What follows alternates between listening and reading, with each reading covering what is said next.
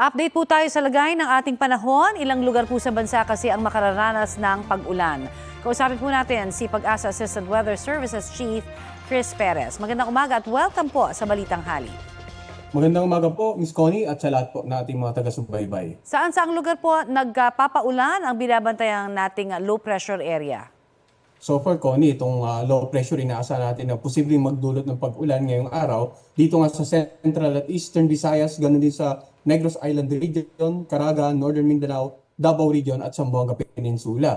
Pinapayawan po natin yung mga kababayan natin dyan, maging alerto sa mga posibleng pagbaha o pagguho ng lupa. Mag-monitor din ng mga posibleng localized thunderstorm at rainfall advisory na ipapalabas naman ng ating Pag-asa Regional Services Division. Samantala dito sa Metro Manila at sa natitirang bahagi ng ating bansa, patuloy nga yung mainit at medyo malinsangang panahon, maliban lang sa mga ilang afternoon or evening rain showers or thunderstorm. Connie? Okay, ano po yung nakikita ninyong senaryo sa nasabing LPA naman? Well, ito pong sa kasalukuyan nga ay halos tinatawid na itong Visayas Mindanao area. Posibleng tuloy na itong matunaw in the next 24 hours. At pag nagkaganon, ang magiging next na subject na monitoring natin, actually minomonitor nga natin, itong tropical storm sa labas ng PAR na may international name naman na Hagupit.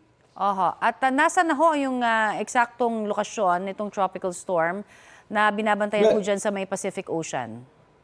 Sa ngayon po ay nasa labas pa ito ng PAR sa line 1,895 kilometers, silangan ng northeastern Mindanao. Wala pa itong direktang direktang epekto Alright. Sir Chris, ng bahagi ng ating bansa. Subalit posible nga ang ating PAR sa pagitan ng Sabado ng gabi ng Lunes ng Linggo ng umaga. okay, so sa Sabado po at o sa Linggo kaya, mas lalakas pa ho yung ulan na mararanasan po dahil sa bagyo?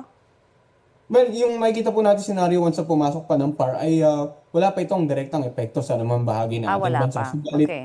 possible by next week ay posibleng magdulot ito maapekto sa ilang bahagi po sa silangang bahagi ng Bicol Region at ng Eastern Visayas kung patuloy itong lalapit ng bahagya according to the forecast track na pinalabas natin ngayong araw. Yung pong area naman ng Bicol, uulanin ho ba sila, particular na dun sa may Bulkang Mayon this weekend? Ang nakikita po natin, posibleng generally fair weather condition, mainit at medyo malinsangan din. Kung mag-ulan man ay dulot ng mga localized thunderstorm. Okay. Marami pong salamat sa inyo pong ibinahagi sa aming oras. Maraming salamat din po at magandang umaga. Yan po naman si Pag-asa Assistant Weather Services Chief Chris Perez.